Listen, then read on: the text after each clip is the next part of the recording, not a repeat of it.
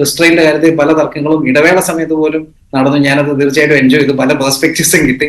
നിങ്ങളുടെ 5 മിനിറ്റ് പോയെന്ന് ഞാൻ പറയത്തുള്ളൂ. ആ സമയത്ത് ഇടവേള കൊടുക്കാൻ പാടില്ല. അപ്പം കാര്യം ഇതാണ്.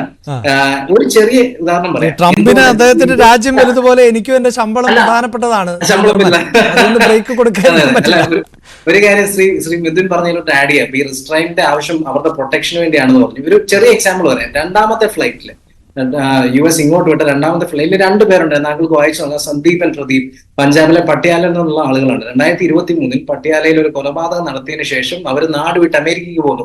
ബാക്കി എല്ലാ ആളുകളുടെയും തിരിച്ചു വന്നപ്പോഴത്തേക്കും ഫാമിലിയാണ് കാത്തുനിന്നെങ്കിൽ ഇവരെ കാത്തുനിന്ന പോലീസ് ജീപ്പാണ്.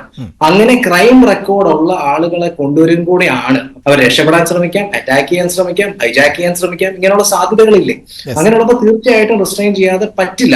അതിന്റെ അകത്ത് ശ്രീ വിൻസെന്റ് സേവ്യറും കറക്റ്റ് ആയിട്ട് പോയിന്റ് ഔട്ട് ചെയ്ത് ഇന്ത്യയെ മാത്രമല്ല, മെക്സിക്കോ ഉണ്ട്, ഗ്വാട്ടിമാലയുണ്ട്, എൽസാൽവഡോർ ഉണ്ട്. എല്ലായിടത്തും ഒരേപോലെയാണ്. ഒരിടത്തും ഒരു ഡിസ്ക്രിമിനേറ്ററി ട്രീറ്റ്മെന്റ് നമ്മൾ കണ്ടില്ല, ഒരു പ്രിഫറൻഷ്യൽ ട്രീറ്റ്മെന്റും കണ്ടില്ല. മറ്റൊരു കാര്യം കൂടെ ജസ്റ്റ് ഒന്ന് ആൻസർ ചെയ്യാം. മെക്സിക്കോയുടെ കേസ് ഒക്കെ പറഞ്ഞു. ഇപ്പൊ മെക്സിക്കോ എന്ന് പറഞ്ഞ ആരിസോണയിലോട്ടോ കാലിഫോർണിയയിലോട്ടോ മെക്സിക്കോ എന്ന് പോകണമെന്നുണ്ടെങ്കിൽ നിങ്ങളുടെ സ്റ്റുഡിയോയിൽ നിന്ന് പത്തനംതിട്ട ജില്ലയ്ക്ക് പോകുന്ന അത്രേ ഉള്ളൂ.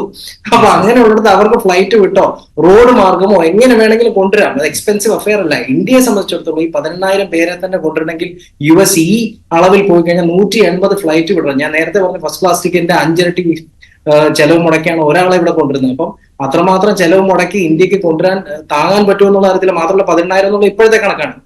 പ്യൂ റിസർച്ചിന്റെ കണക്ക് 7 ലക്ഷമാണ്. മൈഗ്രേഷൻ പോളിസി ഇൻസ്റ്റിറ്റ്യൂട്ടിന്റെ കണക്ക് 3.5 ലക്ഷമാണ്. അവരുടെ ഹോംലാൻഡ് സെക്യൂരിറ്റിയുടെ കണക്ക് 2.25 ലക്ഷമാണ്. എത്രയൊക്കെ ആണെങ്കിലും ഇതൊക്കെ വലിയ നമ്പറാണ്. സോ ഇന്ത്യയെ സംബന്ധിച്ചിടത്തോളം അൺഫോർച്ചുനേറ്റ്ലി ഇതൊരു പ്രാക്ടിക്കൽ നമ്പറാണ് സത്യം പറഞ്ഞു കഴിഞ്ഞാൽ. അല്ലെന്നുണ്ടെങ്കിൽ തീർച്ചയായിട്ടും നമ്മളൊക്കെ ആഗ്രഹിക്കുന്ന കാര്യം തന്നെയാണ്. പിന്നെ മിലിറ്ററി എയർക്രാഫ്റ്റിന്റെ കാര്യത്തിൽ ഒരു തർക്കം നേരത്തെ കണ്ടു.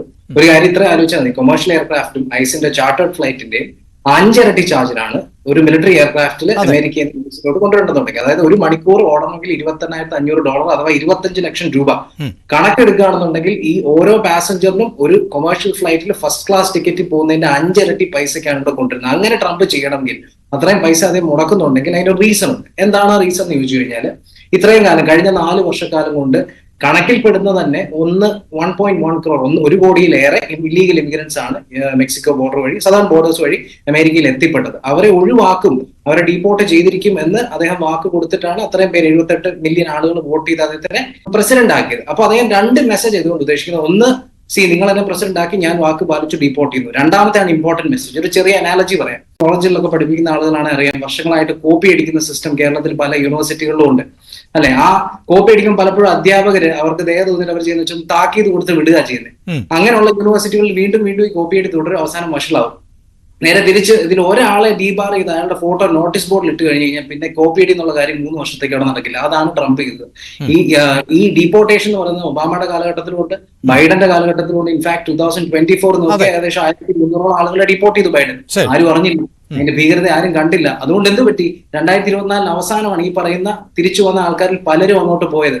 ഈ ഡങ്കി റൂട്ട് എടുത്ത് അങ്ങോട്ട് ലക്ഷങ്ങളും കോടികളും മുടക്കി പോയത് അതുകൊണ്ടാണ്. ട്രംപ് ഇതുകൊണ്ട് ഉദ്ദേശിച്ചവരാണ്. ആ ഐസിന്റെ ട്വിറ്റർ മെസ്സേജിന് താഴെ അതുണ്ട്, do not step in if you are an illegal immigrant. ഞങ്ങൾ തിരിച്ചയച്ചിരിക്കുമെന്ന് വ്യക്തമായ മെസ്സേജ് കൊടുത്തു. അതിനെ സബ്സ്റ്റാൻഷിയേറ്റ് ചെയ്യാൻ ഈ ഫോട്ടോഗ്രാഫ്സ് കൊടുത്തിരിക്കുന്നു എന്നുള്ളതാണ്. അതിന്റെ നമ്മൾ ഈ ഇമോഷണൽ ആസ്പെക്ട് മാറ്റി വെച്ച് ചിന്തിച്ചാൽ, പ്രാക്ടിക്കലി പ്യൂർലി ന്യൂട്രൽ പെർസ്പെക്ടീവ് ചിന്തിച്ചാൽ അതിൽ തെറ്റില്ല എന്ന് തന്നെ പറയാൻ